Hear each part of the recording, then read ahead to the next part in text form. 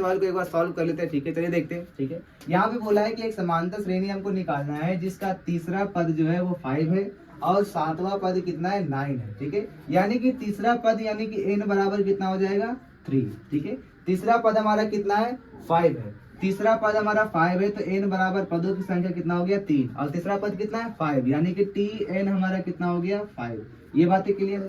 वैसे same to same यहाँ पे सातवां पद यानी कि n बराबर कितना हो जाएगा 7, पदों की संख्या कितना है 7 और सातवां पद हमारा कितना होता है 9, तो ये हमारा tn हो जाएगा 9। ये बात समझ में आता है, ठीक है। अब यहाँ से tn का फॉर्मूला लगा लेंगे, tn बराबर हो जाएगा a plus n minus 1 into D.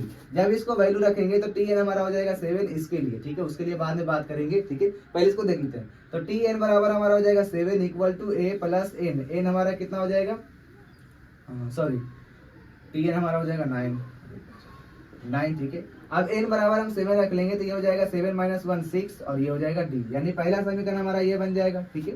अब दूसरा समीकरण यहाँ से बना लेंगे तो ये हो जाएगा tn बराबर a plus n minus 1 into D, जहाँ पे tn हमारा कितना है 5 इक्वल टू a प्रथम पद तो प्रथम पद ये होगा, ठीक है, प्लस n हमारा कितना है 3 में से 1 जाएगा बचेगा 2 और ये हो जाएगा d। अब वो समीकरण हमको, वो समांतर श्रेणी हमको ज्ञात करने है जिसका जो तीसरा पद है वो 5 होना चाहिए और सातवां पद कितना होना चाहिए 9 होना चाहिए, ठीक है।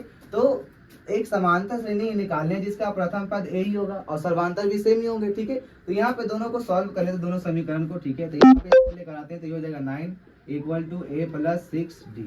क्या करते हैं दोनों को एक बार सब्ट्रैक्ट कर लेते हैं, ठीक है। नीचे वाला साइन सेम चेंज हो जाएगा, ठीक है। तो ये हो जाएगा माइनस का 4 इक्वल टू ये a और a खत्म हो जाएगा और ये माइनस का 4d, ठीक है। माइनस माइनस खत्म हो जाएगा, d बराबर कितना हो जाएगा 1, यानी कि सर्वांतर हमारा कितना आ गया 1। अब जैसे ही d बराबर 1 आ गया तो यहाँ पे d बराबर 1 पुट करके a निकाल लेंगे, ठीक है। ये a है, ये 9 नहीं है, ये a है, ठीक है। तो ये हमारा हो जाएगा 9 इक्वल टू a प्लस का 6 इंटू 1, ठीक है। अब यहाँ से a निकाल लेंगे तो 9 माइनस 6 इक्वल टू a, तो हमारा a बराबर कितना आ जाएगा 5, कितना हो जाएगा 5, ठीक है।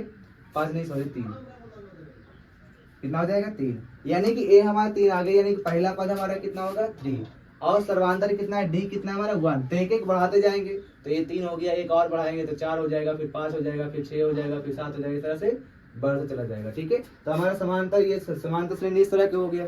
तो आई होप आपको ये सॉल्यूशन समझ में आया होगा। धन्यवाद।